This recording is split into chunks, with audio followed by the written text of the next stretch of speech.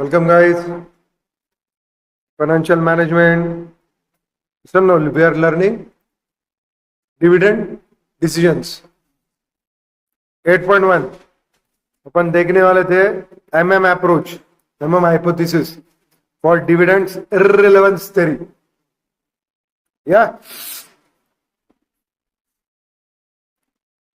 Modigliani-Miller theory was proposed by Franco Modigliani and Milton Miller in 1961. MM approach is in support of the irrelevance of dividends.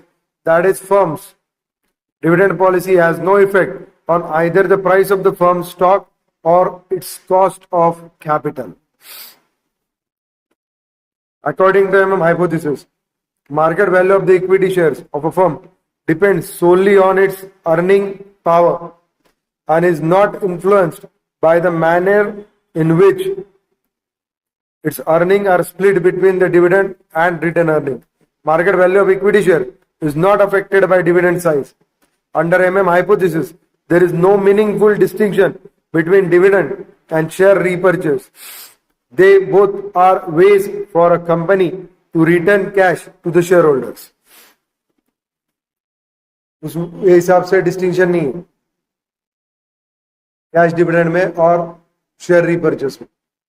It is the way for a company to return the cash to the shareholders. Assumption: perfect capital market. पहले ही market में अड़चन होगी. The firm operates in market in which all investors are rational and informed. Information is freely available to all. No taxes. There are no taxes. ये हो नहीं सकता. No tax distribution between dividend income and capital appreciation, that is capital gain. It means there is no difference in taxation of dividend income or capital gain. This assumption is necessary for the universal applicability of this theory, since the tax rate may be different in different countries. कोई दिक्कत? चलो आगे.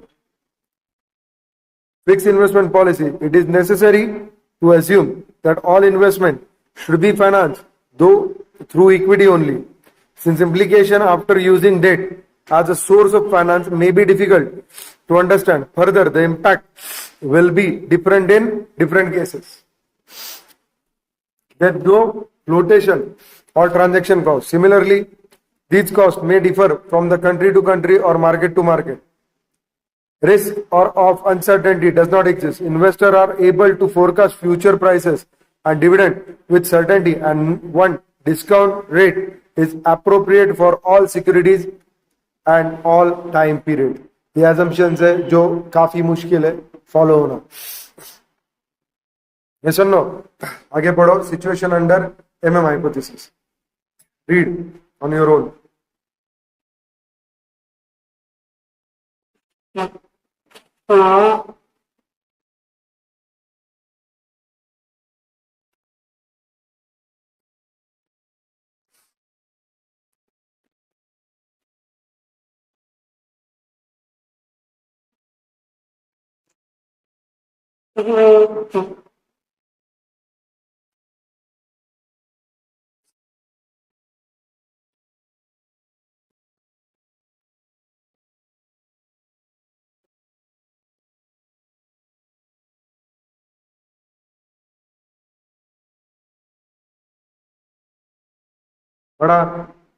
Keeping in mind assumptions under MM hypothesis, the firm may have three possible situations regarding the payments of dividend as well.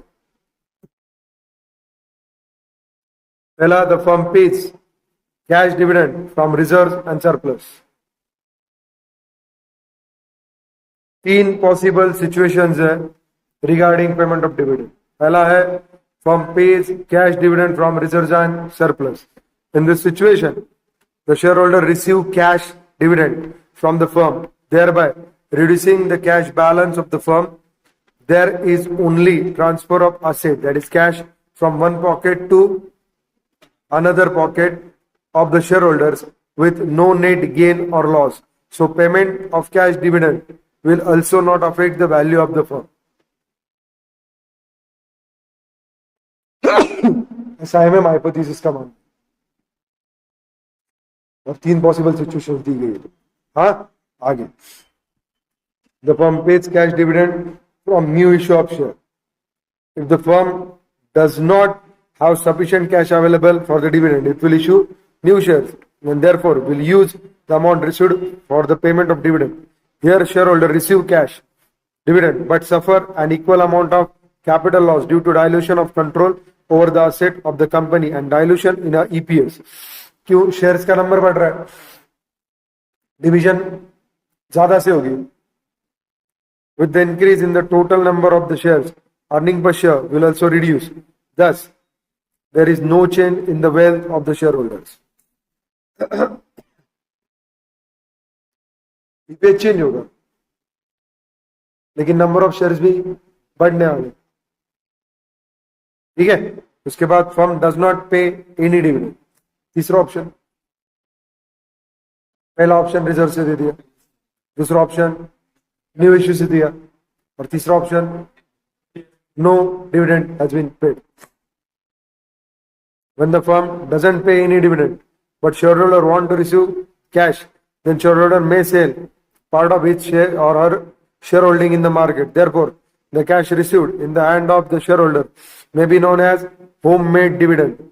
In this situation also, the shareholder receives cash, capital received, but lose in the form of capital loss due to dilution of control over the asset of the company among the existing and new shareholders. Hence, there will be no gain or loss and the firm value of the firm will remain unchanged. क्योंकि उसका मानना है dividend से कोई फर्क नहीं पड़ता. क्या मानना है उसका? कोई फर्क नहीं पड़ता डिविडेंड से. In all three cases above, any new additional investment requirement as well as earning done for the year are taken into account for assessing the financing needs for the issue of new share. Let us understand the different possible situation through an example as below. देखो example 2 दिया है, पढ़ो, concept clear हो जाएगी. MM का क्या बोलना है, ये चीज क्लियर हो. At the end of current financial year, they have limited as 2 lakhs outstanding equity shares with the market price of 10 per share with no other external borrowing since the company follows no borrowing policy.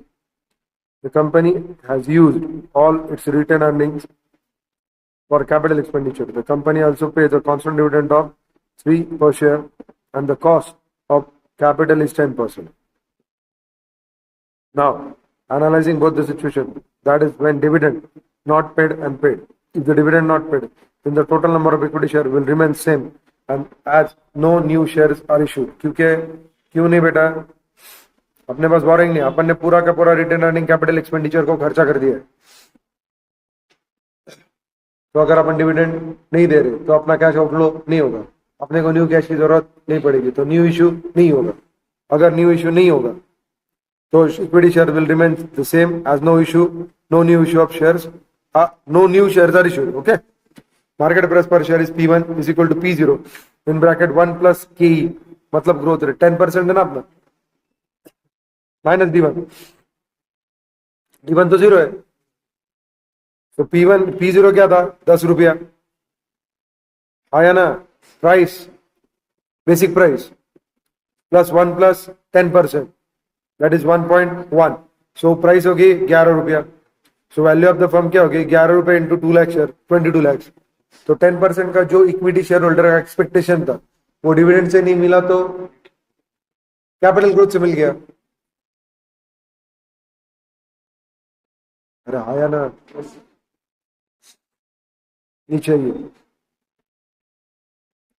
Second, as the company strictly follows no borrowing policy, मतलब अपने को new shares issue करने पड़ेंगे 3 रुपए dividend के लिए. आया ना. So it will issue new shares. दिया ना, it will have to issue new shares to finance the dividend payment आज नो रिटर्न अर्निंग अवेलेबल. खर्चा कर दिया अपन ने, दिया ना क्वेश्चन में, तो करो ना खर्चा, क्या दिक्कत? करो न्यू शेयर्स इशू. 3 रुपए से कितने करोगे? 6 लाख के लिए. अरे पगले, अपने को कितनी चाहिए? 3 रुपए डिविडेंड. कितने शेयर्स अपने? 2 लाख. तो अपने को टोटल डिविडेंड कितना देना है? 6 लाख. कोई दिक्कत? कोई दिक्कत? हाँ या ना? पक्का? चलो करो। P0 इन ब्रैकेट 1 प्लस के, वैसे ही 11 माइनस D1, क्योंकि डिविडेंड नहीं दिया था तो वहां पे 0 आया था। अभी डिविडेंड दिया, सो 3 रुपए चले गए, कितने बचे? 8 रुपए।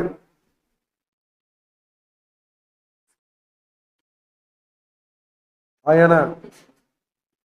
अभी मेरे को शेयर इश्यू करना पड़ेगा? हाँ, करना पड़ेगा। मेरे पास अवेलेबल नहीं ना क्या शेयर, तो कर इशू। कितने करेगा? एकदम लॉजिक। रुक, शेयर की कीमत है 8 रुपए, क्यों? डिविडेंड डिक्लेरेशन की वजह से शेयर की कीमत हो गया 8 रुपए, 3 रुपए चले गए। आया ना? 11 से 3 चले गए, मतलब 8 रुपया। अभी 8 रुपए से मेरे को कितने? 6 लाख के लिए शेयर इशू करने। आई नीड 6 लाख रुपीज, क्योंकि 2 लाख शेयर है इंटू 3, तो 6 lakh divided by 70, sorry 8 rupees, तो इट विल बी 75,000।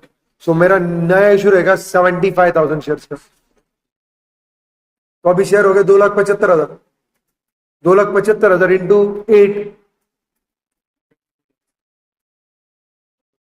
22 लैक्स, 4 नहीं 22।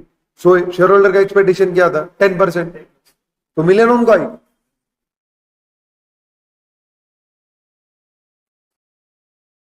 ये MM का मानना था और ये उसका फॉर्मूला। कोई दिक्कत? कोई दिक्कत? आ गया क्या? 8 इंटू 2,75,000। देख, वैल्यू ऑफ द फर्म वैसी की वैसी रही, क्योंकि उसका बोलना है कि भाई value of the firm change नहीं होगी डिविडेंड से।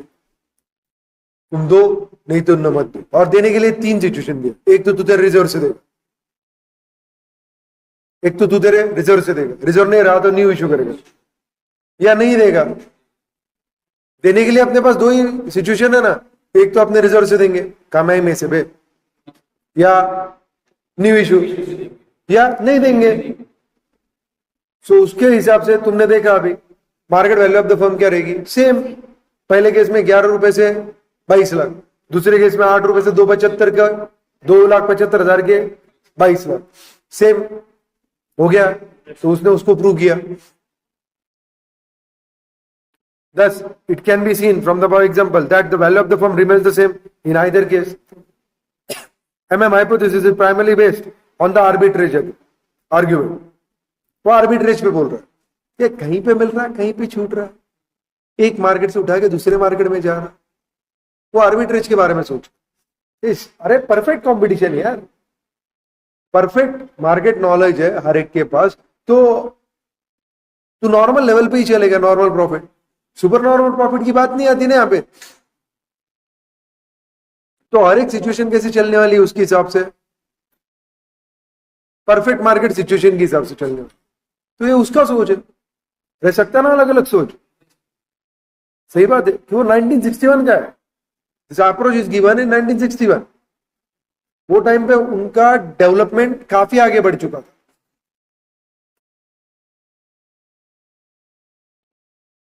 तो वो हिसाब से इज राइट।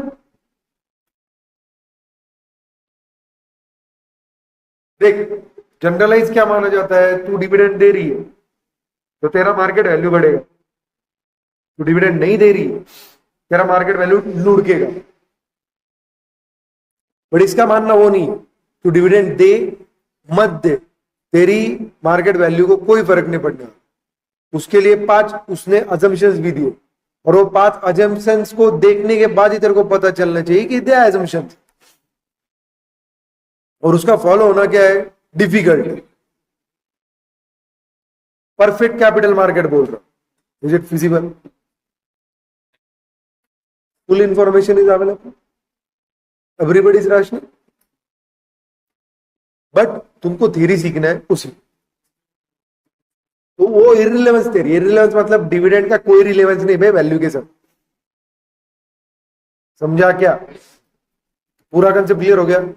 देख, पहला हुआ वॉल्टर का, सॉरी लिंटर का हुआ, अभी MM का, उसके बाद वॉल्टर एंड गॉर्डन, वो रिलेवेंस है, वो रिलेवेंस है। पहला वाला क्या बोल रहा था, वो स्टेडी डिविडेंड, स्टेडी मतलब कांस्टेंट। दूसरा स्टेबल, स्टेबल मतलब परसेंटेज ऑफ अर्निंग।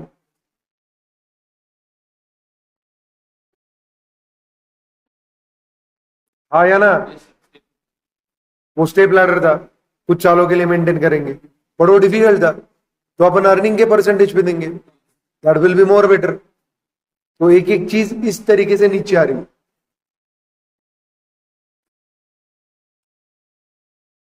ओके, चलो आगे चलते हैं। MMIP is primarily based on arbitration agreement, though through the arbitration process, MM hypothesis discuss how the value of the firm remains the same, whether the firm pays dividend or not. Here, market price of the share can be calculated as follow: P0 मतलब previous year's market price is equal to P1 current year market price plus D1 मतलब dividend। अगर zero रहा तो भाई तुमने देखा पहली case, और अगर डिविडेंड रहा तो वो चले जाएगा, 8 पे आएंगी, डिवाइडेड बाय 1 प्लस के, क्योंकि अपन इधर भेजा था 1 प्लस के को, मल्टीप्लायर किसको, P0 को, आया ना। फिर उससे डिविडेंड लेस किया था, क्योंकि डिविडेंड इधर गया था ना, पे हमारा फॉर्मूला यही था ना, तुमरे माँ की।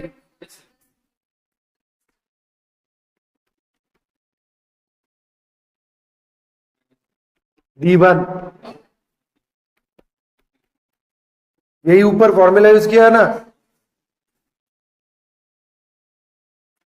तो यह अलग फॉर्मूला नहीं है, ये वही है। नहीं तो तुम ऊपर का भी रट्टा मारोगे, नीचे का भी मारो, क्योंकि उसका एक ही फॉर्मूला, क्योंकि उसका थ्योरी एक है ना। तो ये नीचे दिया, देख प्रॉब्लम ऊपर है और फॉर्मूला नीचे एक्सप्लेन किया, तो इसको एक्सप्लेन करने की जरूरत है क्या? तुमने उसके प्रॉब्लम सॉल्व किया ना, डिविडेंड गिवन और नॉट गिवन के, आया ना, खत्म। यहां पे नीचे अलग formula. As per MM hypothesis, the value of the firm will remain unchanged due to dividend decision. This can be computed with the help of the following formula: VF or NP0। VF मतलब value of the firm in the beginning of the period। N क्या है बेटा, number of shares in the beginning of the period, और into P0, मानते हो ना। उसके बाद is equal to N plus delta N in bracket P1। N मतलब पुराने number of share, delta N मतलब चेंज शेयर और न्यू इशू 75,000 इंटू P1 8 रुपए price, minus I plus E divided by 1 plus K, जो तुम्हारा ऊपर का formula था उसी को मॉडिफाई किया है। अब ये डिफिकल्ट भी नहीं लगेगा। Delta N number of share issued to raise fund बोला था ना। उसके बाद I amount required for investment अगर रहेगी तो, E total earning during the period, यही बात था, समझा क्या? For understanding purpose P0 is equal to P1 upon plus D1 divided by 1 plus K, जो अपना बेसिक फॉर्मूला था उसको अपन चेंज करते हैं N into P0, N into P1, N plus N into D1 divided by 1 plus के। हो गया darling, base ready. अगर नंबर ऑफ शेयर्स वही रहे तो, अगर नंबर ऑफ शेयर्स वही रहे तो, अगर नंबर ऑफ शेयर्स वही रहे तो 1 प्लस के नीचे वो वहां पे जाएगा। अब देखो, add delta NP1 and subtract delta NP1 at the numerator of the right hand side of equation। क्या किया अपन ने, प्लस माइनस किया न्यूमरेटर में। अरे डेल्टा NP1 ऐड किया और डेल्टा NP1 क्या किया, लेस किया। Further retain earning could be represented with the help of the following E minus ND1। क्यों? अरे ND1 मतलब डिविडेंड दिया है ना अपन ने टोटल शेयर होल्डर को पुराने, और ई मतलब वो साल की करंट अर्निंग है। Yes, delta N that is the number of share issued to raise the fund required can be represented as follow. Delta N, अरे यार ठीक है ना, price required divided by price at the end of P1, मतलब I minus E minus ND1। क्या समझा? वो बोला ना तू? हाँ, क्या समझा? बस खत्म, वही चाहिए था, वही सुनना था। मेरी टोटल अर्निंग में से जो मैं डिविडेंड दे देता हूं, सो बची हुई अर्निंग मैं किससे लेस करूंगा? अर्निंग से। और वो इन्वेस्टमेंट में किससे रिकवर, किस तरीके से रिकवर करूंगा? P1 से, क्योंकि मैं नया शेयर इशू करके वो वैल्यू रिकवर करूंगा। नए शेयर की कीमत है P1। अरे ये इन्वेस्टमेंट वैल्यू है। हाँ, ये रिटेन अर्निंग है। अरे तेरी माँ की रिटेन अर्निंग है। रिटेन अर्निंग क्यों है? अर्निंग पूरी माइनस डिस्ट्रीब्यूटेड डिविडेंड। तो हाँ, तो इन्वेस्टमेंट में से वो रिटेन अर्निंग लेस हो गई, तो उतना फंड मेरे को चाहिए, वो मैं कहां से रिकवर करूंगा? तुमको मालूम है बोरिंग नहीं है, बोरिंग नहीं है मतलब शेयर इशू है, तो न्यू शेयर में P1 को इशू करूंगा डिवाइडेड बाय P।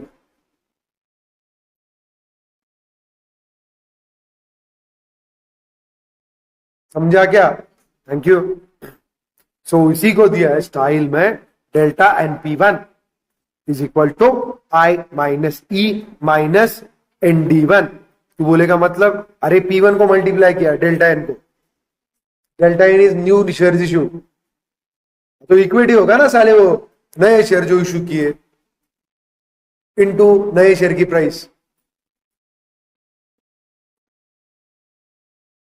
ये अमाउंट आएगी, ये अमाउंट कितनी रहेगी? Investment value minus return earning. Return earning क्यों बोल रहा हूं? क्योंकि earning minus dividend, that will B return earning, तो इक्विटी होगा।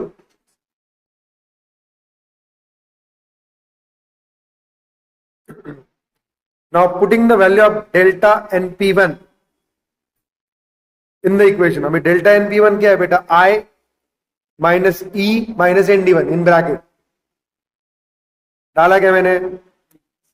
डाला क्या?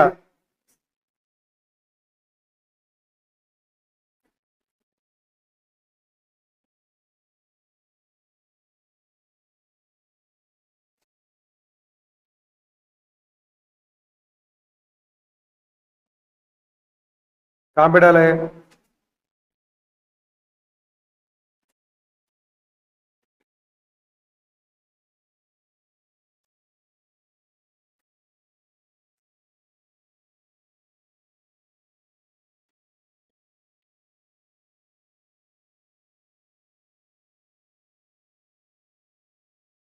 क्या समझा?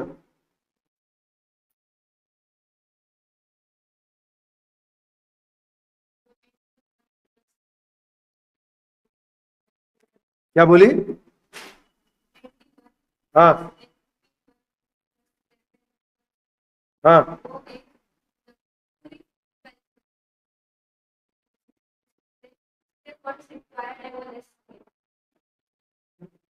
अरे मेरी माँ, सबसे पहले ऊपर का न्यूमरेटर देख, मैं बड़ा करके दिखाता तेरे को। ये न्यूमरेटर देखा? देखा क्या? ये समझा ना तेरे को? अपन ने सिर्फ क्या किया, अपना बेसिक फॉर्मूला था NP1 plus ND1 divided by 1 plus की, था कि नहीं था? यही था ना जाने मन? इसमें तू ऐड क्या करेगी? डेल्टा NP1 माइनस क्या करेगी? Delta NP1। क्यों? हाइपोथेसिस एक्सप्लेन कर रहा हूं। हाइपोथेसिस में मैंने एक टर्म ऐड की और वही टर्म लेस। फर्क पड़ा? फर्क पड़ा क्या? अभी अपन ने निकाला delta NP1 is equal to I minus E minus ND1, ये आता है, हाँ या ना? ये 1 है, ये समझा क्या? यहां पे कोई दिक्कत डार्लिंग? अभी इसको मेरे को यहां पे यूज करना, तो मैंने इसको सेग्रीगेट किया। सेग्रीगेट कैसे किया डार्लिंग? ND1 को बाजू में लिया, प्लस ब्रैकेट डाला मैंने NP1 को, आया? मतलब ये मेरे पहले फॉर्मूला का हिस्सा है, हाँ या ना? ये मेरे पहले फॉर्मूले का हिस्सा है, यही मेरा बेसिक पहला फॉर्मूला, डिवाइडेड बाय 1 प्लस की।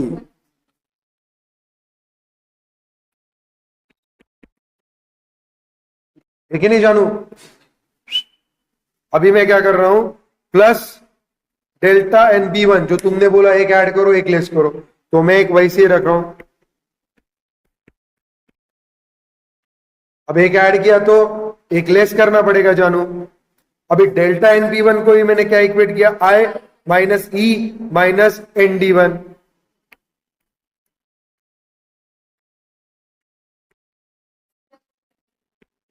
ऑब्वियसली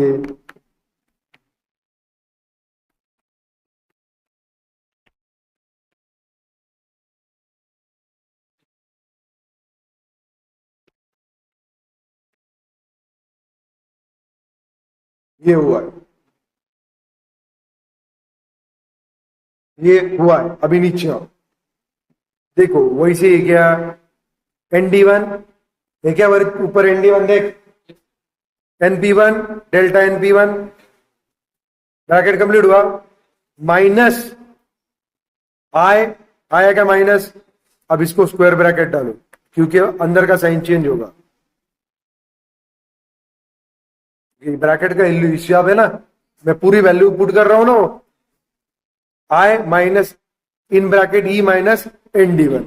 अभी मैं ये माइनस साइन ब्रैकेट खोलने वाला हूं, क्या करने वाला हूं, ब्रैकेट खोलने वाला हूं। आई को माइनस साइन आएगा और ये ब्रैकेट को प्लस साइन आएगा, प्लस साइन आएगा तो ई भी खुला हो जाएगा और माइनस एन डी वन भी खुला हो जाएगा। मैं यहां पे इलाबरेट कर दूं, देख N D one as it is darling, plus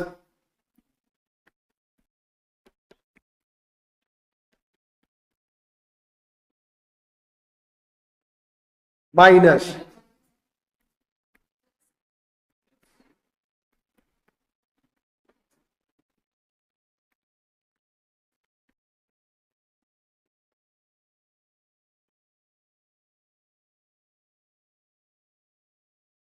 इसको ब्रैकेट डाला क्या नहीं डाला क्या, अभी वो ओपन हो सकता है क्योंकि मैंने मल्टीप्लायर लगाया माइनस वन का जो बाहर था। आगे अपन बेसिक पे, अरे आगे क्या समझा, फिर अभी ये इक्वेशन समझा क्या, यहां तक कोई दिक्कत, अरे यहां तक कोई दिक्कत जो अपन ने लिया था नहीं ना? ये मेरे को बहुत गुस्सा आता है।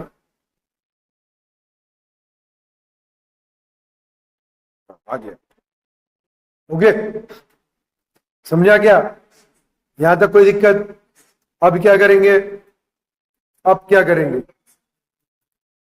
अब क्या करेंगे, सिंप्लीफिकेशन रूल।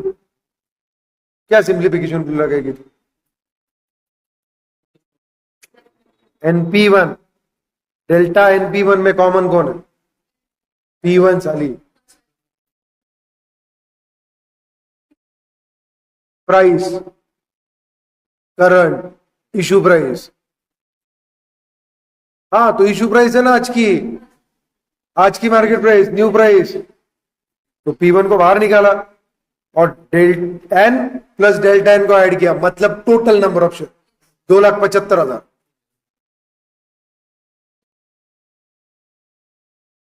2,75,000, हाँ या ना करके दिखा तो क्या है, तुम्हारा प्रोसेसर स्लो है, वो तो वही रहने वाला है।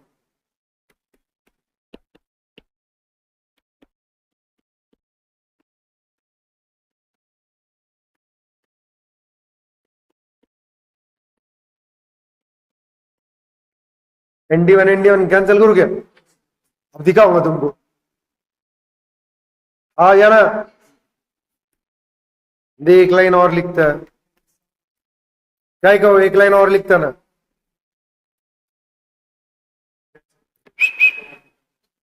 अरे समझा क्या, पक्का समझा क्या? अब समझा? आओ यहां पे, ये देख एन डी वन कैंसिल हो गया।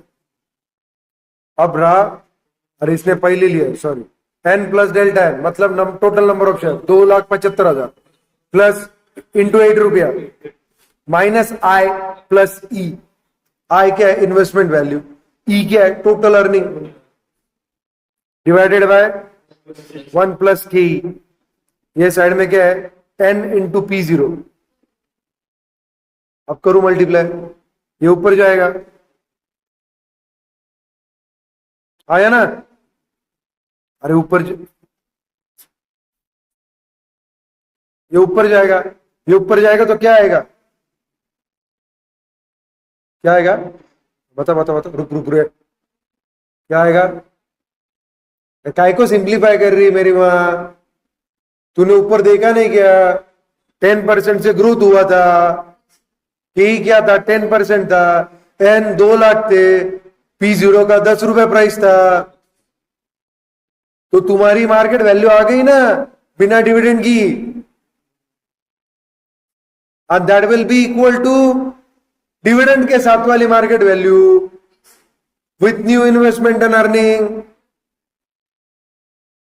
वही तो हाइपोथेसिस है ना कि तू डिविडेंड दे, नहीं तो मत दे, कोई फर्क नहीं पड़ता, फर्म की वैल्यू क्या रहेगी? सेम। ग्रोथ होने वाली है, ग्रोथ कैसे होगी? जो भी तेरे इक्विटी का एक्सपेक्टेशन के हिसाब से ग्रोथ होगी। समझा क्या? पक्का? इसका इस्तेमाल ज्यादा नहीं होगा। तुम्हारा बेसिक फॉर्मूला जो है, बेसिक ऊपर का, उसी का होगा। नहीं तो दो चीजें तुमको दी रहेंगी, इन्वेस्टमेंट, अर्निंग। बेसिक फॉर्मूला तुम्हारे पास यही, करो हिसाब से। इतना डेल्टा बिल्टा देख के डरने की जरूरत नहीं। डेल्टा मतलब एडिशनल इंक्रीमेंटल शेयर्स, सीधा बोला जाए तो टोटल शेयर्स। इसको एक्सप्लेन करूं एक बार, कर देता हूं। ये ऊपर गया,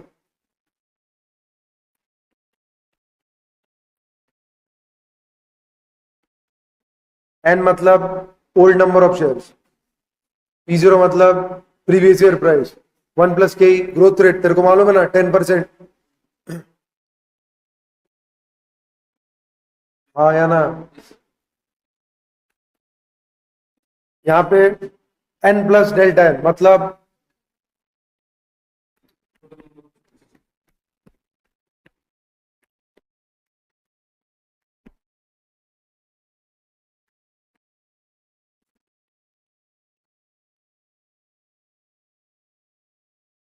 P1 लिखता हो ना, करंट मार्केट प्राइस लिखने की क्या जरूरत? तुमको पता ही है P1 का मीनिंग क्या है। सिर्फ यही मीनिंग का तकलीफ था ना तुमको। एन क्या है? 2 lakh. N plus delta N क्या है? 275। अरे 275, अपन ने एक ऊपर सॉल्व नहीं किया क्या?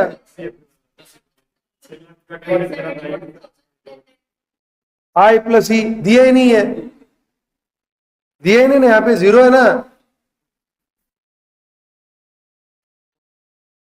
आया ना? है कि नहीं इक्वल?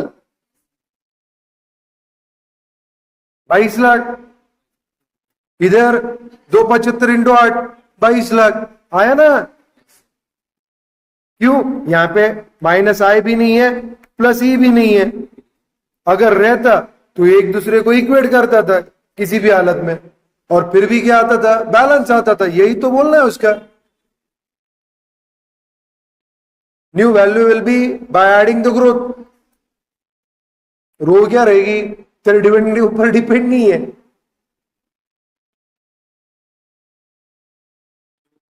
तू बोलेगा सर डिविडेंड के ऊपर क्यों डिपेंड है? अबे साले एक चीज बता, मेरी प्राइस क्यों कम हुई? क्योंकि मैंने नंबर ऑफ शेयर्स इशू किए ना, दूसरा पर्पस है ना।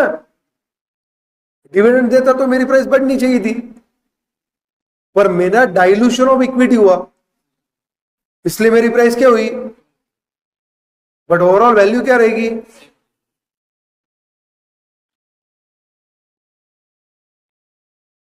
समझा कि नहीं समझा? पक्का? खत्म, यही चीज तो दिया है। अभी फॉर्मूला देख, ये क्लियर याद रखो, ये अच्छे से याद रखो, ये शॉर्टकट है। डेटा उठाओ, कर दो, प्रॉब्लम में जाने का। ये सिंप्लीफिकेशन समझा क्या?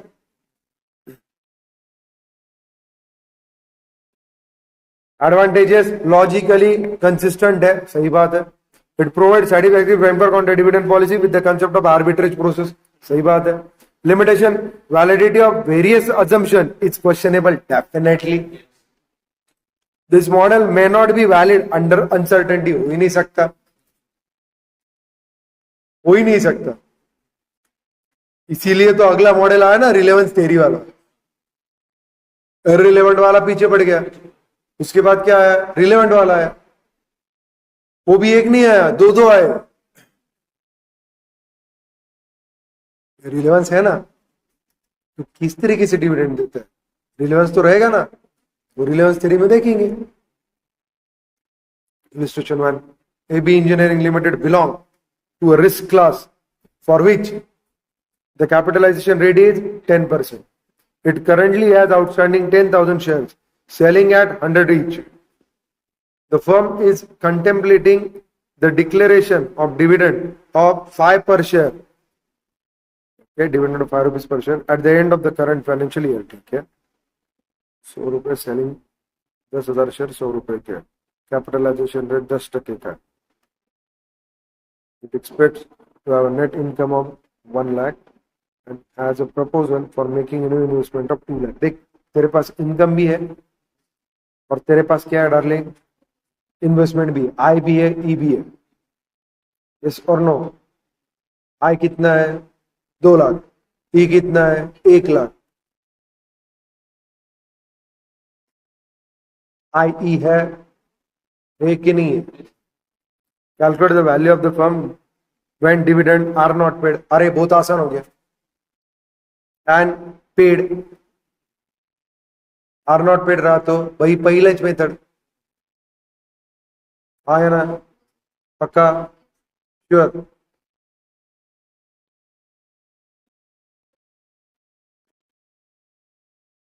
मेरी इन्वेस्टमेंट कितनी करनी की मेरे को, मेरे पास अवेलेबल कितना पैसा है, तो 1 लाख के शेयर इशू नहीं करूंगा मैं।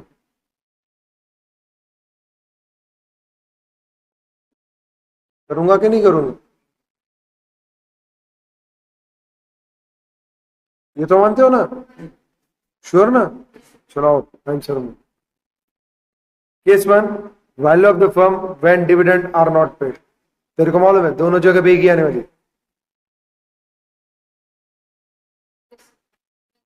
क्योंकि शेयर्स बढ़ेंगे ना, प्राइस कम होगा। सो के 10%, P0 100 रुपया दिया है, D1 क्या है, 0, क्योंकि अपन दे ही नहीं रहे। डालो फॉर्मूला में P0 is equal to P1 plus D1 upon 1 plus K. 1 plus के क्या होगा, 10% से बढ़ेगा भाई, 100 रुपए का भाव, 100 रुपए का भाव 10% बढ़ेगा तो 110 रुपया होगा, खत्म हो गया है। सो P1 विल बी 110। अब तू बोलेगा सॉल्व कैसे करेंगे? अबे बोला ना अभी, 1 प्लस के इज 1.1। सर कैसे? अबे 10% मतलब 0.1, 1 प्लस 0.1 इज 1.1, 1.1 जाएगा इधर, 100 रुपए को मल्टीप्लाई करेगा, 110 आएगा। D1 0 है, तो P1 is equal to 110। Visualise हुआ? निखिल जी लिख के बताओ, पक्का ना? ये तू बोलेगा ओरल बोल रहे सर तुम, ठीक है ना, समझा ना, श्योर ना? खत्म। दिया है यहां पे देख, 0, ये 1.1 आएगा, ये ऊपर जाएगा, P1 is equal to 110।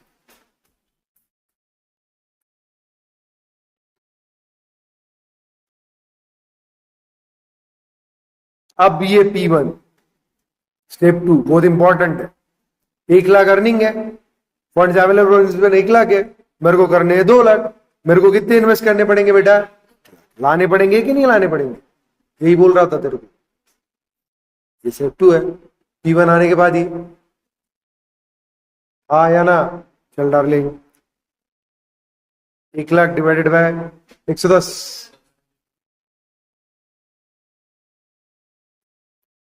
Yes और नो? ये नंबर ऑफ शेयर्स है, डेल्टा एन। अरे हाँ या ना? अब नई वैल्यू निकालने की अपने को, क्या बेटा? NP0 तुमने निकाला था, यस, इंटू 1.1। अरे NP0 value of the firm निकालना है ना अभी, क्योंकि 1 लाख से वैल्यू बढ़ने वाली है ना। 1 लाख से बढ़ेगी कि नहीं बढ़ेगी? शेयर मैं ज्यादा ले रहा हूं कि नहीं, सही बात है कि नहीं, तो वैल्यू बढ़ेगी क्या? यही चीज चाहिए। क्यों? मेरा NP0 इंटू 1+K इतना ही रहे। 1+K is 1.1, N is 10,000 share, P0 is 100 rupees. रहा है ना? तो करना कैलसी नहीं गया।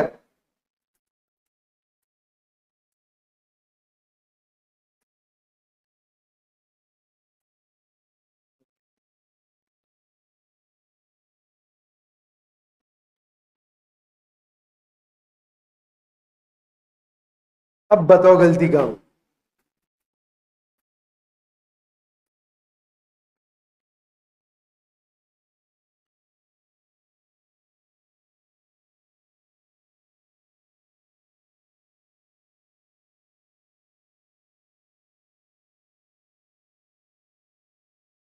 तेरी गलती कहां हुई मालूम है? तूने मल्टीप्लाई किया ग्रोथ रेट से।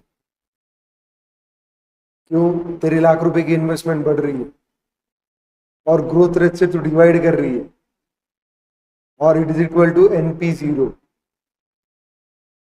तेरा फॉर्मूला NP0 का है।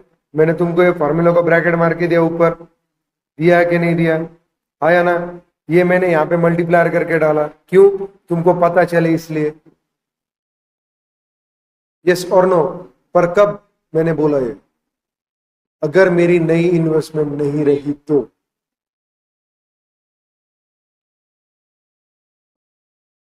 अगर मेरी नई इन्वेस्टमेंट नहीं रही तो ये 0 आएगा, और अर्निंग क्या होगी? ऐड होगी। अर्निंग तो मेरे पास ही रहेगी ना।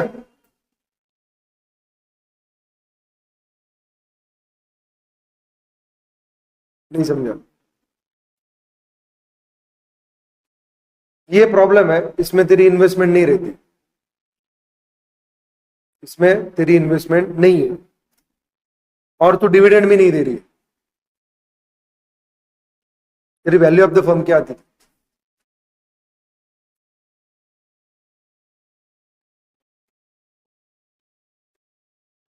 NP0 रहेगी या NP1 रहेगी?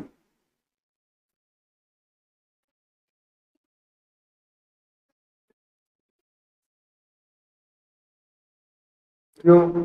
क्योंकि वो तू जो मल्टीप्लायर लगा रहा है वो इधर भी आ रहा है, और इधर इक्वेट करने के बाद वो क्या होने वाला है? लेवल पे आने वाला है, क्योंकि यहाँ पे वैल्यू चेंज नहीं होगा। इसीलिए ये जो अपन ने मल्टीप्लायर डाला था, ये सिर्फ ग्रोथ रेट बताने के लिए डाला था। यहाँ पे मेरा अर्निंग ऐड होगा, वो ग्रोथ के हिसाब से होगा, और वो एक दूसरे को क्या करेगा? इक्वेट करेगा, और मेरी वैल्यू ऑफ द फर्म क्या रहेगी? सेम रहेगी। तो बेसिक फॉर्मूला क्या है तुम्हारा? ये NP0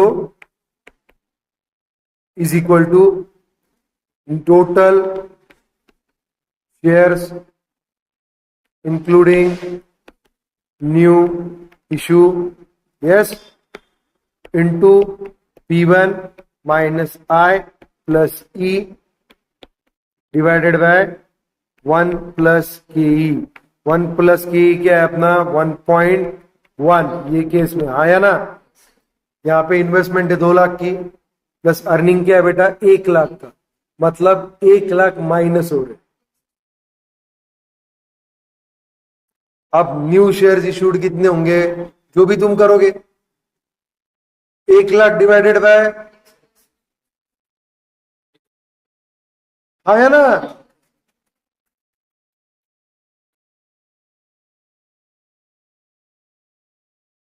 तो टोटल शेयर्स में वो ऐड होंगे, 110 से मल्टीप्लाई होंगे और वापस वो 1 लाख लेस होंगे।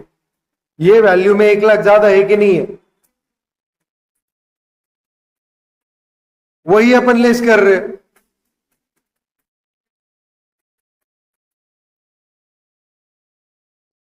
Ultimately P1 is equal to वही आ रहा है ना, समझा क्या? वही लेवल पे लेके जा रहा, मैं तुमको वही बता रहा, तुमने कोई भी फॉर्मूले से करो वो आएगा वही लेवल पे। क्यों? इसका हाइपोथेसिस का मान नहीं है कि बेटा तू डिविडेंड दे।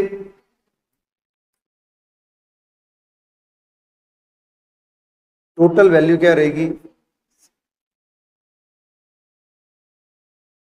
खत्म।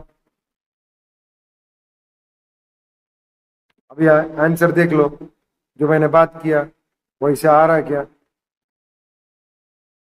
1 लाख डिवाइडेड बाई 110 इंटू 110, तो 1 10 कैंसिल हो जाएंगे। 1 10 से 10,000 को मल्टीप्लाई होगा, जो इधर भी हो रहा, लेकिन इधर कितने से हो रहा? 100 से। 10,000 इंटू 100, 10,000 इंटू 110, ये मल्टीप्लाई करेगा तो 110 110 cancel, plus 1 lakh minus 1 lakh, अरे प्लस 1 लाख माइनस 1 लाख, यहां पे क्या आएगा? इसका आउटकम +1 लाख, इसका आउटकम क्या आने वाला है? -1 लाख। सो +1 लाख वो -1 लाख कैंसिल हो जाएंगे। यहां पे आएगा 10,000 इंटू 110 डिवाइडेड बाय 1.1।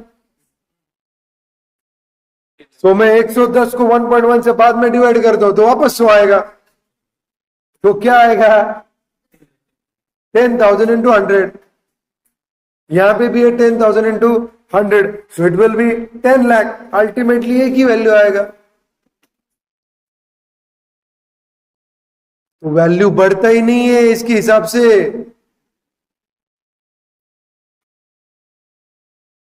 तू दे मत दे,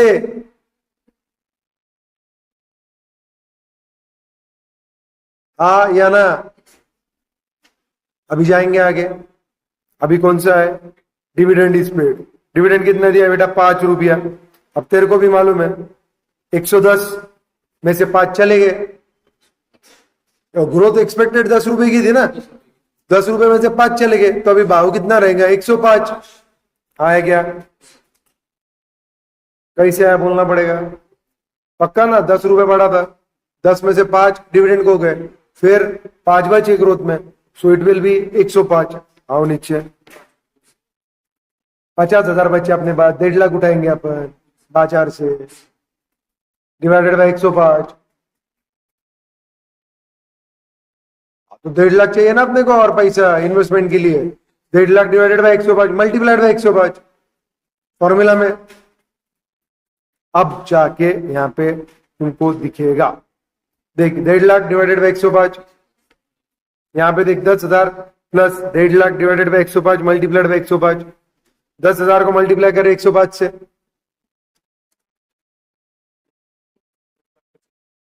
हाँ करना, कितना आता होता? वो नहीं रहे हो तो अल्टीमेटली आएगा 10,000 इंटू 1 लाख 105, ठीक है डार्लिंग। प्लस यहां पे देख प्लस 1.5 लाख आया ना, यहां पे माइनस तो 1 ही लाख है। अरे येड़े 2 लाख इन्वेस्टमेंट माइनस कर रहा हूं, 1 लाख अर्निंग प्लस कर रहा हूं, अल्टीमेटली क्या आएगा? -1 लाख। तो इसका टोटल कितना आ रहा? 11 लाख। 11 लाख डिवाइडेड बाय 1.1, आप वापस कितना आ रहा है? 10 लाख। खत्म।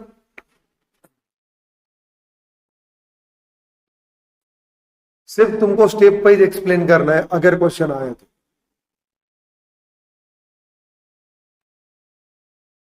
उसको बोलना है वैल्यू वही रहेगी, वैल्यू आया ना? सही है? नहीं है? सही है क्या? नहीं है? अरे इसके हिसाब से सही रहने दे, मार्केट के हिसाब से नहीं है ना। इररिलेवेंट कैसे बोल सकते तुम? कुछ भी करो वैल्यू ही आ रही है ना तुम्हारी। लेकिन थ्योरी समझी, इक्वेशन समझे, ये अल्टी पल्टी इक्वेशन समझा, ये वैल्यू का था और वो प्राइस का था। वहां पे P1 निकलता था, यहां पे मार्केट वैल्यू निकलता था। पहले भी 10 था, आज भी 10 है। डिविडेंड दो तो भी 10, नहीं दो तो भी 10। समझा क्या?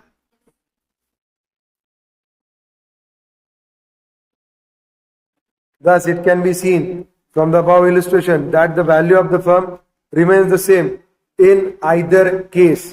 In real world, market imperfections create some problem for dividend policy irrelevance proposition. Definitely, हो ही नहीं सकता, हो ही नहीं सकता।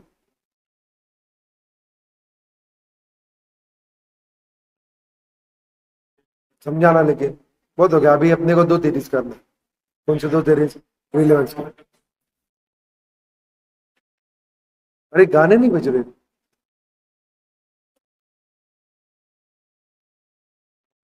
कुछ नहीं, तेरे को मालूम नहीं कितना हो जाता, छोड़ जान दे। शायद खर्चा कम होगा।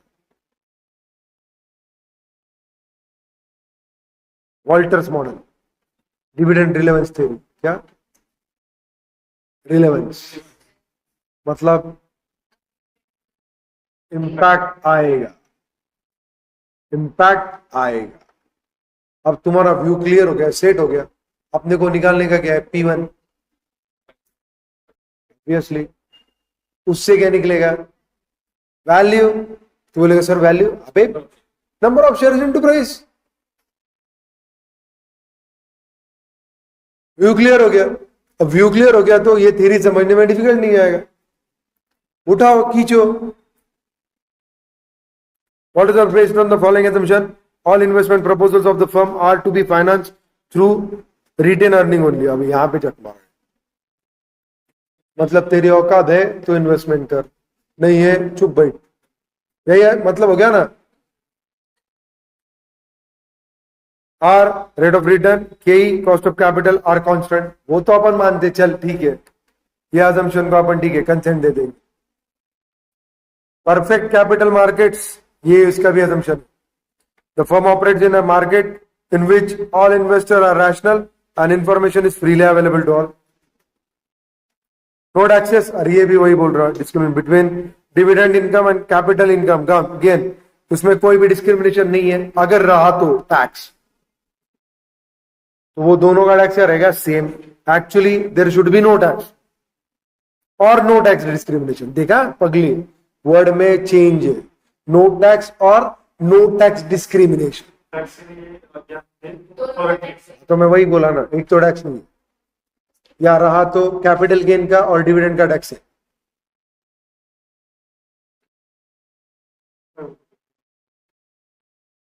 तेरे को कैपिटल गेन हो या डिविडेंड मिले, दोनों को एक ही टैक्स देना पड़ेगा या टैक्स नहीं देना पड़ेगा। It means there is no difference in taxation of dividend income or capital.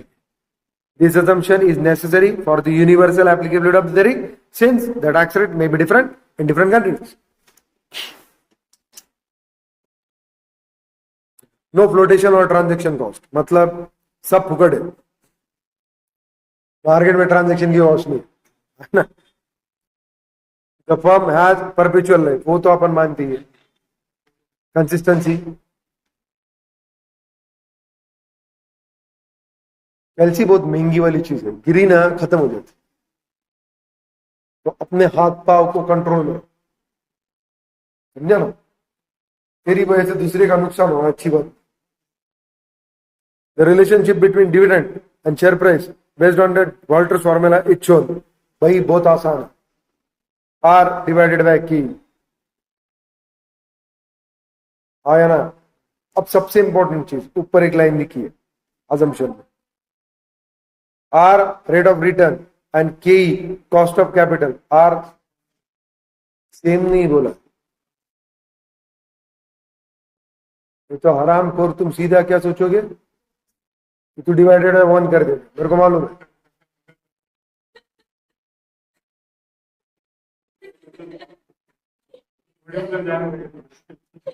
I know, इसलिए तुमको वापस ऊपर लेके गया। क्या दिया है? आर नॉट सेम, आर तो थ्रोड सेम रहेगी, लेकिन वो थ्रोड सेम रहेगी, वो और ये सेम रहेगा, ये नहीं। It could be possible, it could be. हाँ हाँ, डेटा में जो है, डेटा में जो है वो ठीक है ना। नहीं तो नो टैक्स मतलब तू नो टैक्स नहीं, टैक्स रहा तो it should be same for capital gain as well as dividend. मतलब डिविडेंड इनकम को 10% है तो कैपिटल इनकम को भी 10% है। मतलब ग्रोथ ऑफ कैपिटल रहने दे या कैश रिसिप्ट रहने।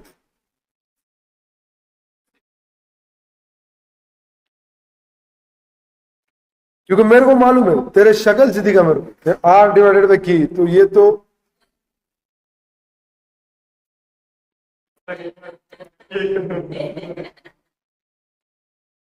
है ना, यही था ना तेरे शक्ल पे। नहीं उधर नहीं, उसके शक्ल पे वही था। तो पागल है क्या लिखने को आर डिवाइडेड बाय की?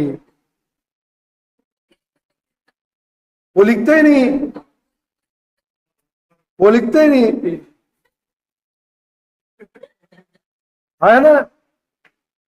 तो उसका चेहरा देख के उनको लगा कि ये जरूरी है ऊपर लेके जा, क्योंकि मैं भी गलती से सेम बोल दिया था। बाद में और को अर नहीं नहीं, ये तो बच्चा मर जाएगा। कांस्टेंट एंड सेम, ये दोनों सेम नहीं है। ये assumption में मान दो, मैंने बोला क्यों, आर कांस्टेंट रह सकते, के कांस्टेंट रह सकता, फर्क नहीं पड़ता। और अपन वही मान रहे हैं ना, growth rate is constant. D plus R divided by K in bracket E minus D divided by Q is equal to market price. P is market price, E is earning per share, dividend per share जो तू distribute कर रही है या नहीं कर रही है देखेंगे, cost of equity, rate of capitalization और डिस्काउंटिंग रेट, किसी भी नाम से आए it will be treated as K. R ये सबसे इंपॉर्टेंट है, इंटरनल रेट ऑफ रिटर्न और रिटर्न ऑन इन्वेस्टमेंट, ROI या IRR। IRR और ROI इज डिफरेंट, आपको ट्रीट करना है cost of equity, rate of capitalization और डिस्काउंटिंग रेट, एक ही है। समझा क्या? This above formula is given by Professor James E. Walcher, which shows how dividend can be used to maximize the wealth of the equity shareholders. He argues that in the long run, share price reflect only the present value of the expected dividend. उसका सोच ही अलग है।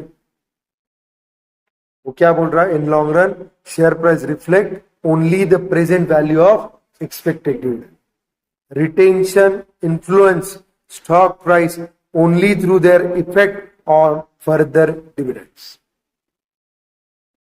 A close study of the formula indicates that Professor Walter emphasizes two factors which influences the market price of the share, which are dividend per share.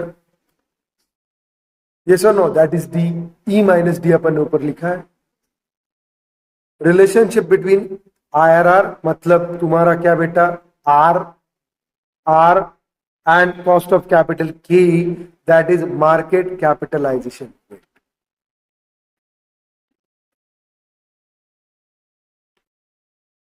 मैं सीधा formula को जाओगे, अभी example को जाओगे तो वो सिमिलर ही चलने वाला। अभी कंसेप्ट समझे ना तुमको, इसका बोलने का मतलब क्या है? अभी वो एग्जाम्पल से ज्यादा क्लियर होगा।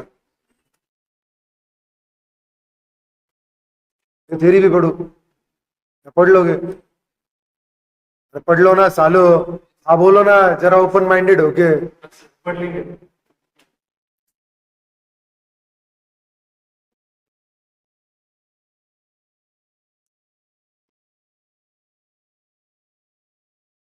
एक पैराग्राफ पढ़ता हूँ जो लास्ट है, जो मेरे को इंपॉर्टेंट लग रहा है। आज explain about market price is dependent upon the two factors. एक, द क्वांटम ऑफ डिविडेंड, जो डी पे डिपेंड है, D. Secondly, profitable opportunities available to the company in investing the retain earning, क्योंकि अपन रिटेन अर्निंग इन्वेस्ट कर, issue के बारे में कुछ नहीं दिया,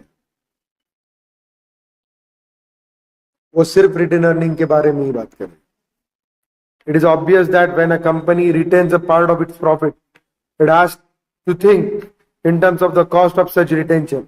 Retention of profit depends upon whether it is cheaper or more profitable for shareholder of the company to have corporate earning retained in the business or get the same in the form of cash dividend। जो अपन ने पहले theory में देखा कि भाई cash dividend लेना ज्यादा परवड़ता है या रिटर्न अर्निंग किसी नए प्रोजेक्ट में इन्वेस्ट करने का ऑप्शन है, और जिससे अपने को ज्यादा रेट मिल सकता है या कैपिटलाइजेशन जो भी। This involves comparison between the cost of return earning and the cost of distributing them.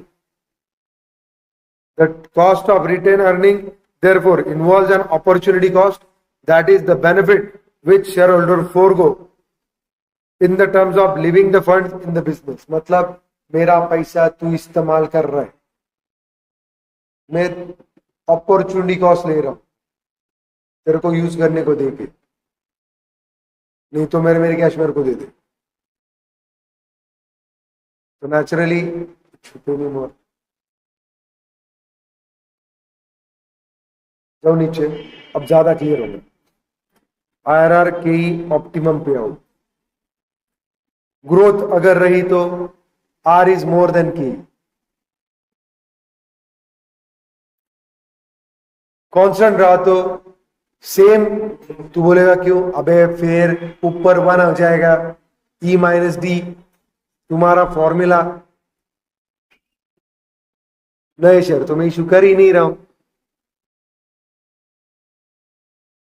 ऊपर आओ, मैं सिखाता हूं तुमरे माँ की, ऊपर आओ मेरे भाई और बहनों। देखो आर डिवाइडेड बाय की 1, D plus E minus D, चलेगा कि and D D, D D चलेगा क्या, सिर्फ अर्निंग डिवाइडेड बाय के, it will B market price.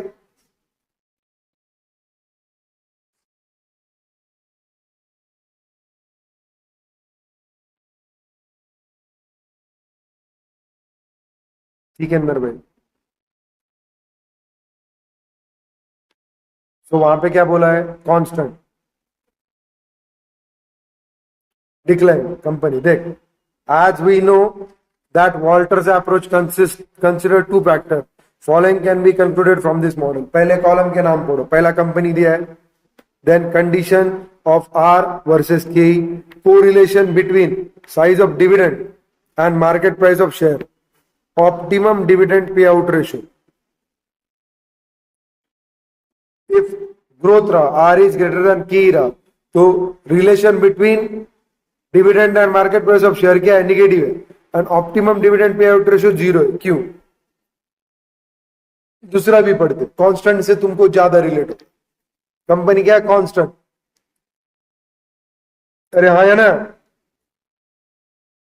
Are is equal to के, नो के कोरिलेशन। क्यों, अरे भाई डिविडेंड का और मार्केट प्राइस का कोई संबंध नहीं, हमारा डिविडेंड पॉलिसी क्या है, कांस्टेंट।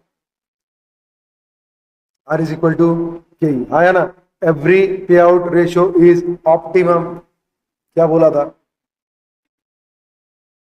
थर्ड डिक्लाइनिंग पोजीशन है, R is less than K।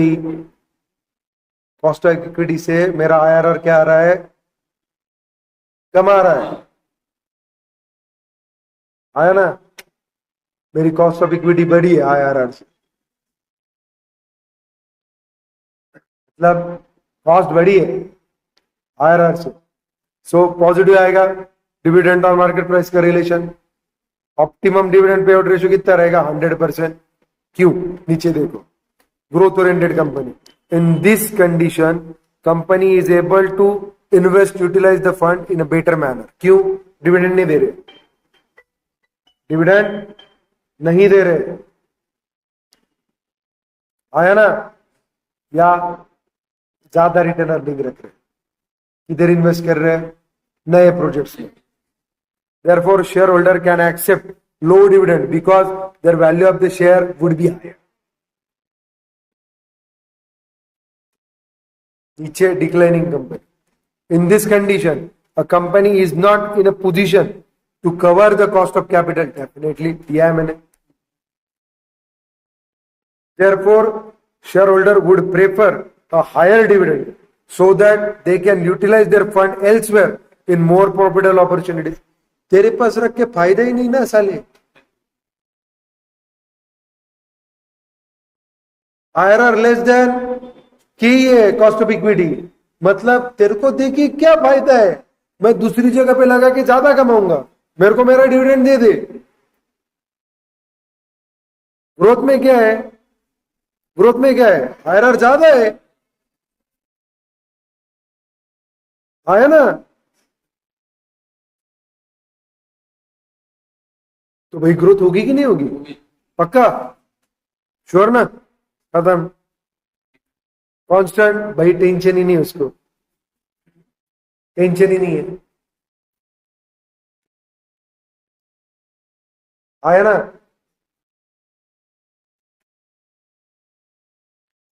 Advantage देखो, this formula is simple to understand and easy to compute. देख क्या फॉर्मूला, वापस चल, market price is equal to dividend, yes yes, dividend क्या?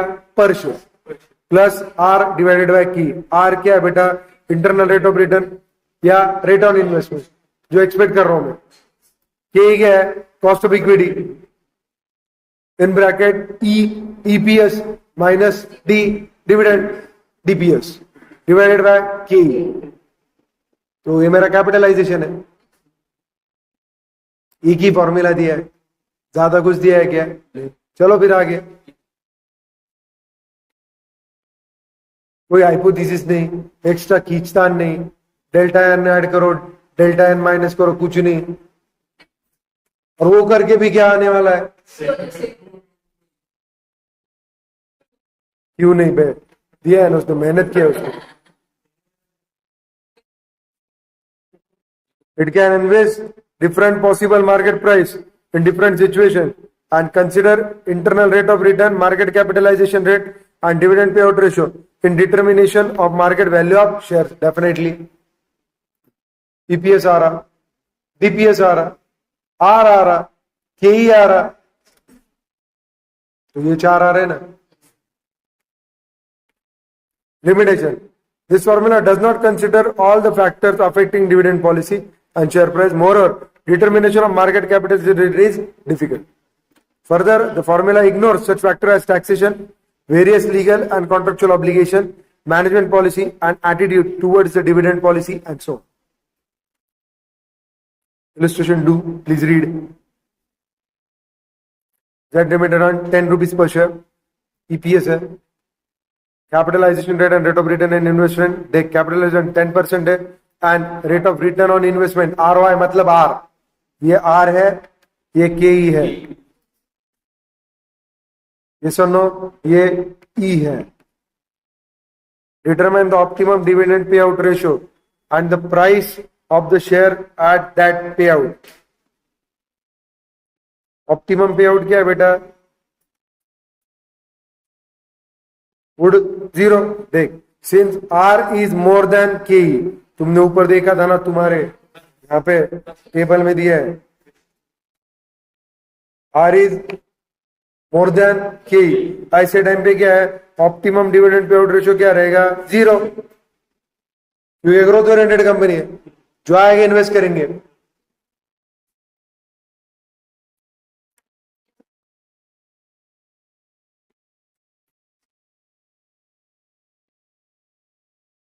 आया ना? समझा क्या? चल मार, P is equal to D, D 0, yes E 10, 12 divided by 10 मतलब 1.2, 1.2 इंटू 10, 1.2 है ना।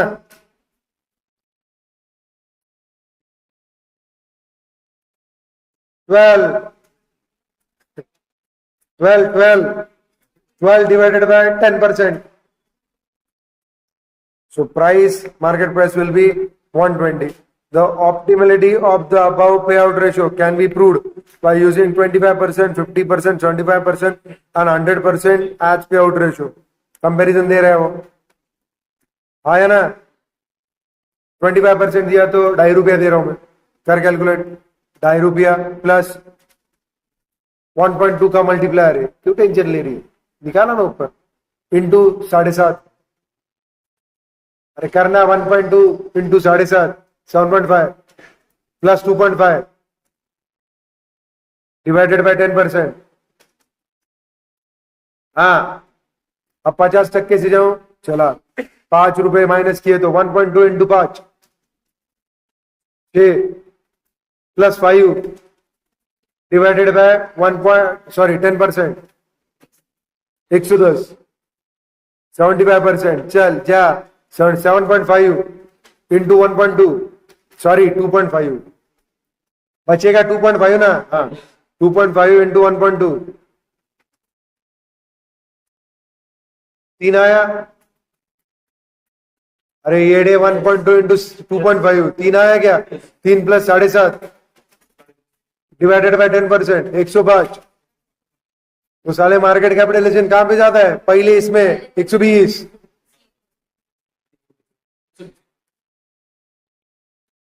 25% में 115, 50% में 110, 75% में 105।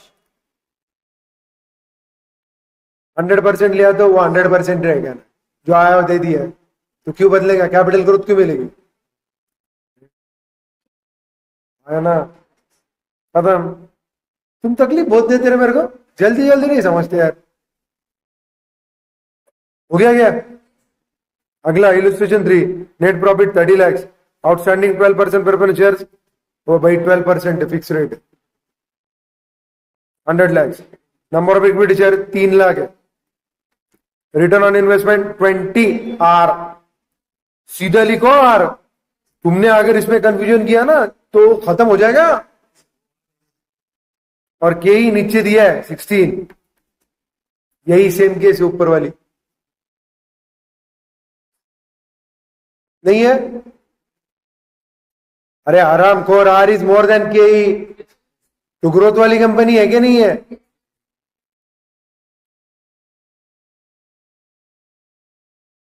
पेआउट रेशियो क्या चाहिए, ऑप्टिमम बोल रहा हूं मैं साले, बट यहां पे प्रेफरेंस शेयर है, देखो।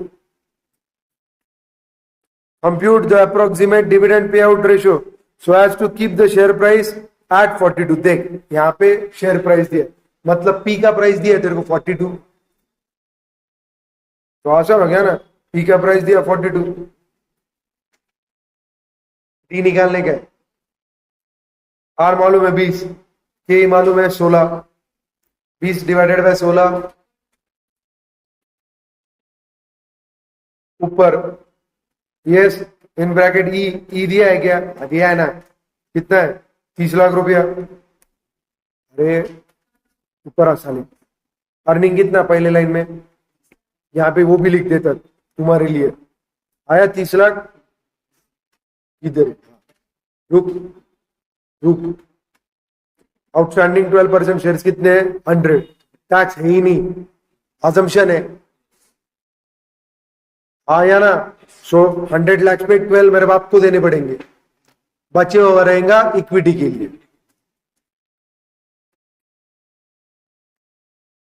बचा कितना इक्विटी के लिए, 18, आया ना। आ नीचे दिया है क्या, देख earning for equity share holder, पहले वो निकालो, नहीं तो तुम 30 से सॉल्व करोगे तो लूट गई नहीं यार।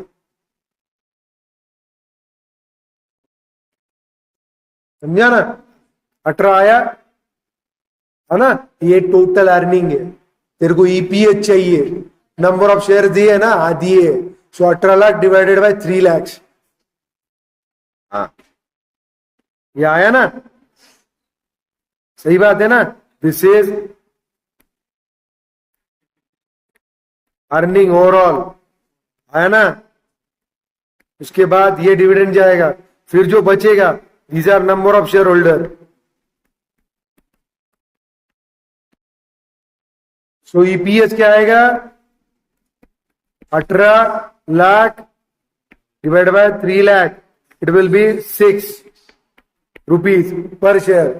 अब जाएगा तुम्हारा क्वेश्चन फाइनल स्टेज पे, चले थे नहीं तो घोड़ी चढ़ने।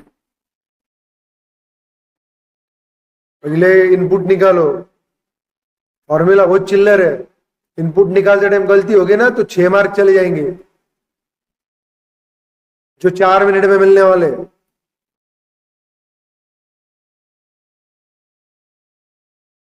चार मार्क का रहा तो 4 मिनट में 4 मार्क बहुत होते हैं कैलकुलेशन पॉइंट ऑफ व्यू से, समझा ना। आर डिवाइडेड बाय की 1.25 दिया होगा ना सॉल्व करके, क्यों मैं दिमाग लगा रहा हूं। 42 रुपीज आया, डी अपने को निकालने का है। 0.16 डालने बेहतर है, 20-16 डालो, एक ही आता है, समझा क्या।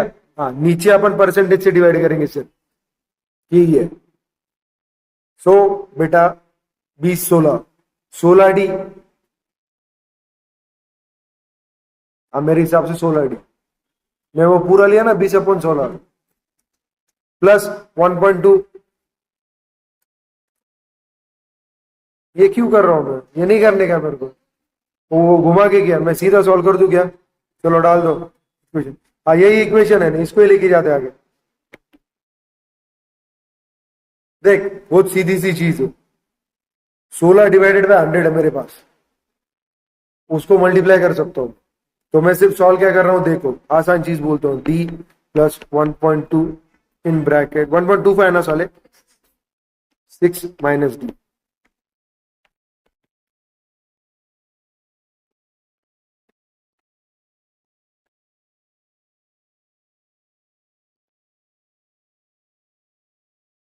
मल्टीप्लाई कर रहे हैं, कितना आएगा 7 पॉइंट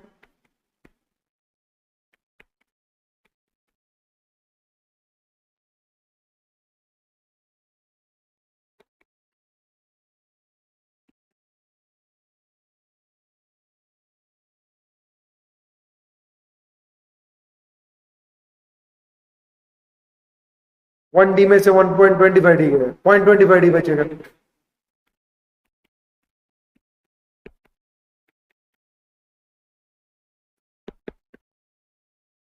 अब मैं परसेंटेज को कन्वर्ट कर रहा हूं,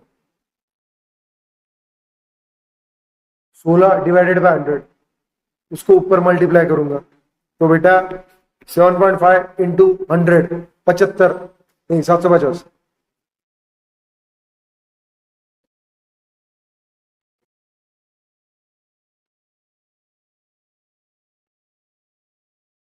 .25 मल्टीप्लाइड बाय 100,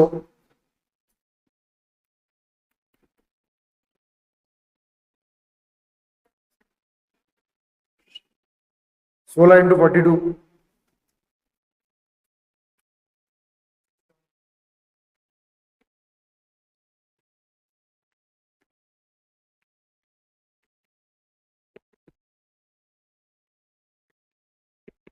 750 माइनस 672,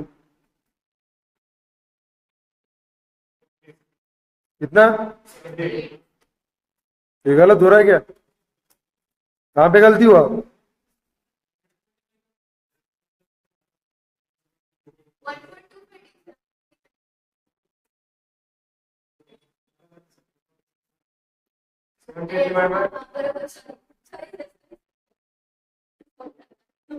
निकाल डी, 78 डिवाइडेड बाय 25, यही सुनना था मेरे को तुमसे, ये गलत है। क्यों, रट्टा मारने ना अपने को, अपने खुद का दिमाग लगाना ही नहीं है।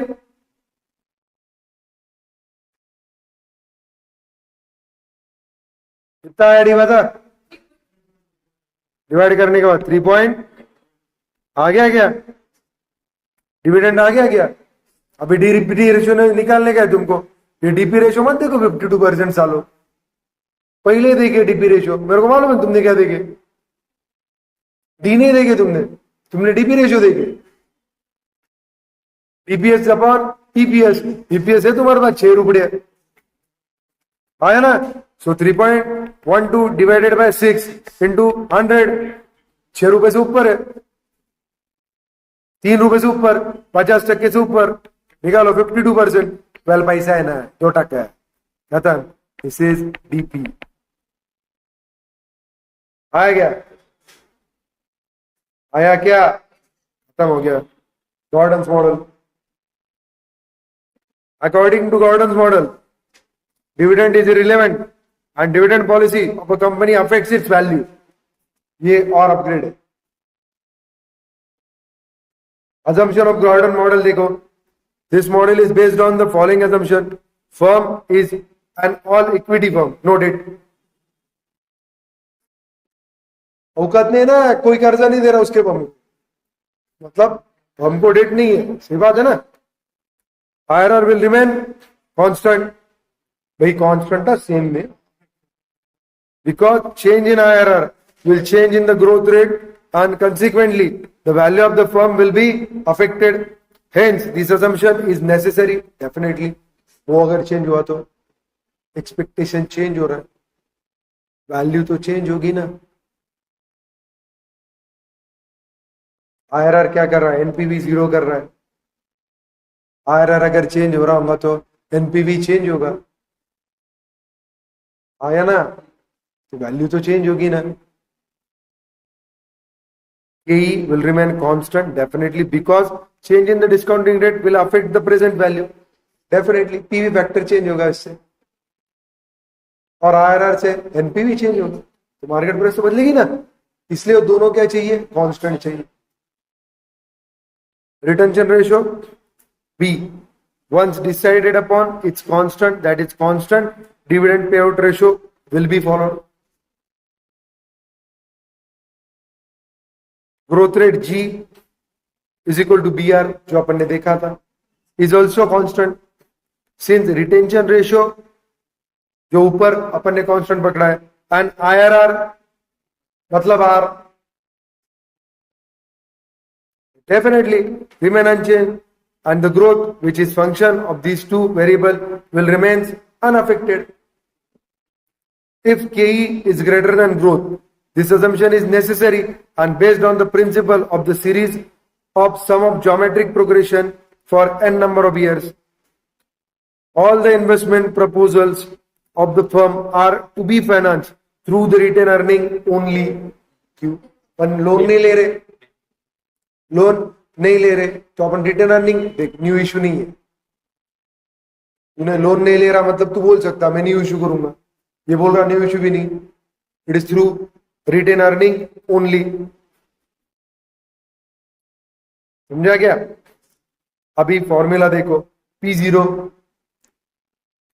Price is equal to E1 in bracket 1 minus B, B is a constant factor आपको मालूम है, divided by KE minus BR, BR is growth rate, आया ना। देख P0 is price per share, E1 is earning per share, retention ratio मालूम है तेरे को, B 1 माइनस B क्या है, पे आउट रेशियो। अरे B इज रिटेंशन, 40% रिटेंशन, तो 1 माइनस B रहा तो इट विल बी पे out ratio.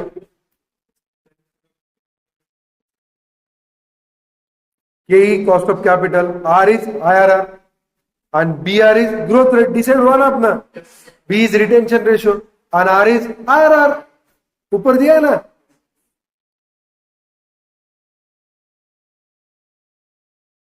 According to Gordon's model, when IRR is greater than the cost of capital, the price per share increases and dividend payout decreases। क्या बोला है, IRR is greater than cost of capital, the price per share increases and the dividend payout decreases। क्यों, अगर IRR ज्यादा रहा,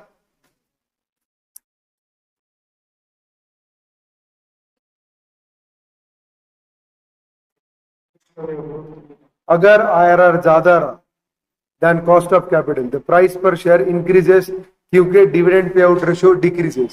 क्यों? Retention ratio भी अपन ज्यादा रख रहे.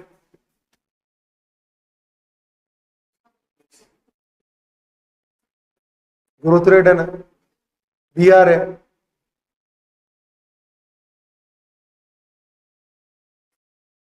टेंशन मत लो, छोड़. नीचे दिया है उसको रट्टा मार. 3 assumption जैसे ऊपर मारने को बोला था ना टेबल में, और फॉर्मूला सॉल्व करने को बोला था ना, खुला जा. मेरे को तुम्हारे औकात मालूम. 2 बार प्रॉब्लम सॉल्व करोगे अपने आप कंसेप्ट क्लियर हो जाएगी. और ज्यादा अभी मैंने बहुत करवा के दिया है. क्या बोल रहा है? अकॉर्डिंग टू गॉर्डन के हिसाब से आईआरआर अगर ग्रेटर रहा देन कॉस्ट ऑफ कैपिटल, मैं प्रूव भी करके दे सकता हूं, लेकिन एग्जाम्पल में अपने अप्रूव हो जाए. The price per share increases and dividend pay out decreases. मतलब रिटेंशन बढ़ रहा है ना, पैसा ले, डिविडेंड पे आउट कम हो रहा है. ग्रोथ मॉडल में घुस रहा ना तू, डिविडेंड तू कम दे रहा है मतलब तू रिटेन ज्यादा कर रहा है. तू रिटेन ज्यादा कर रहा है मतलब तू क्या कर रहा है? इन्वेस्ट ज्यादा कर रहा है. और ये तू कब कर सकता है? पहले मॉडल में भी वही दिया था. तेरा आर के से ज्यादा रहेगा. यहां पे लिखता हूं वापस, तुमको कंफ्यूजन न हो.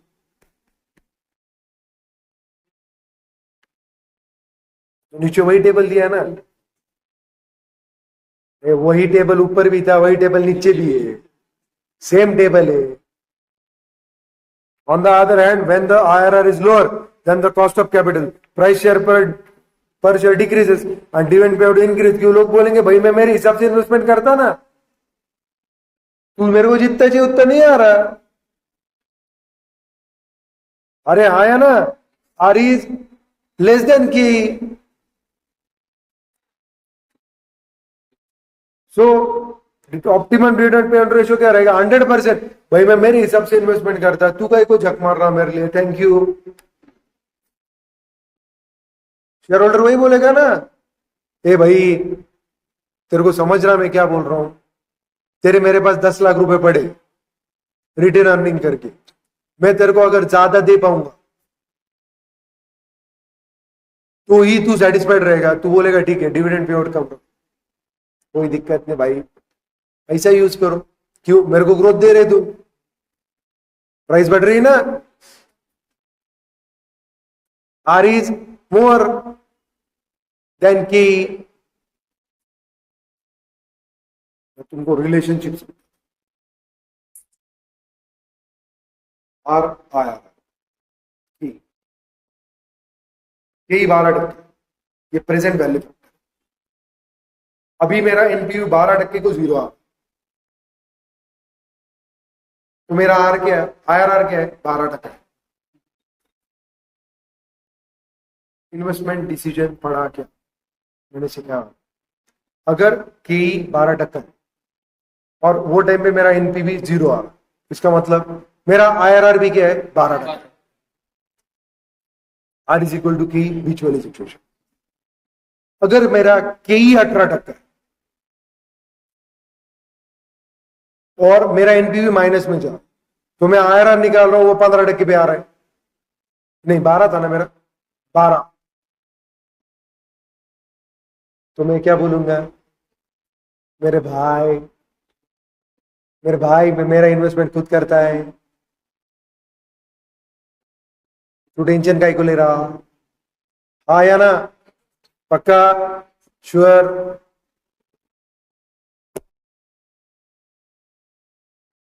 मेरे को 22-24% की ग्रोथ दिख रही साले, क्योंकि बाजार भाव 12%, 10% से चल रहा के का. मेरा एनपीवी प्रोजेक्ट का दिख रहा मेरे को भाई 24% है. मैं क्या बोलूंगा? 24% को एनपीवी 0 आ रहा है, मतलब मेरा आईआरआर 24% है. आया ना? और के 12 ही है. इन्वेस्टमेंट करना चाहिए कि नहीं करना चाहिए? मत डिविडेंड, मार्केट प्राइस बढ़ रही ना. ये मेरा एंगल बता, यही कहीं पे नहीं लिखा. ये तो अरे यही है मानता, तेरे को समझा, ये भी मानता, लेकिन बुक में नहीं दिया है.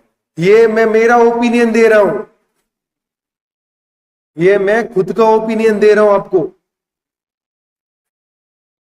क्योंकि मैं इन्वेस्टमेंट डिसीजन को कंपेयर किया आईआरआर और केई, क्योंकि यहां पे केई को अज्यूम किया कि अपन ने प्रेजेंट वैल्यू नहीं, हाँ, और आईआरआर इज आर, आईआरआर ज्यादा रहा तो भाई जीरो डिविडेंड पॉलिसी है भाई, तेरे से ज्यादा मैं कर रहा हूं। इक्विटेबल रहा तो ऑप्टिमम रेशियो नहीं है, क्यों दोनों एक जैसे ही चल रहे, तूने किया क्या मैंने किया क्या, और तू क्या कर रहा है मैं मेरे हिसाब से करूंगा, this is last stage decline. समझा ना, 100% समझा। ये रिकॉर्डिंग बच्चों को दिखाने का क्या, क्योंकि अपन अपनी व्यू दे रहे लोगों को, क्योंकि ये थ्योरी में कहीं नहीं ना, तुमको कोरिलेट करके दे रहा हूं मैं, पक्का पढ़ लो, पढ़ो अभी। Growth constant declining, zero, no optimum ratio, 100%। Illustration 4 पढ़ सकते हो ना, सेम इलस्ट्रेशन है। Then bird in hand theory, Gordon revise model, ये प्रॉब्लम तुम खुद सॉल्व करो क्या, क्योंकि आसान है, आसान है। उसके बाद बर्ड इन हैंड थ्योरी करके है, गॉर्डन रिवाइज मॉडल, ये भी तुम पढ़ के आओगे कल, इसका फॉर्मूला भी दिया है, और डिविडेंड डिस्काउंट मॉडल डीडीएम दिया है। यहाँ पे स्टॉक इंट्रिंसिक वैल्यू नाम की एक कंसेप्ट है। There can be possible 3 possible situation है, zero growth, constant growth, variable growth देखेंगे। फिर 5th इलस्ट्रेशन, फिर 6th, 7th, आया ना। लिमिटेशन ऑफ गॉर्डन मॉडल है, स्टॉक स्प्लिट है, बहुत ज्यादा बचा है, लेक्चर 2 लेक्चर लगेंगे और इसको लेते हैं बाद में। ओके चलो, थैंक यू, बाय।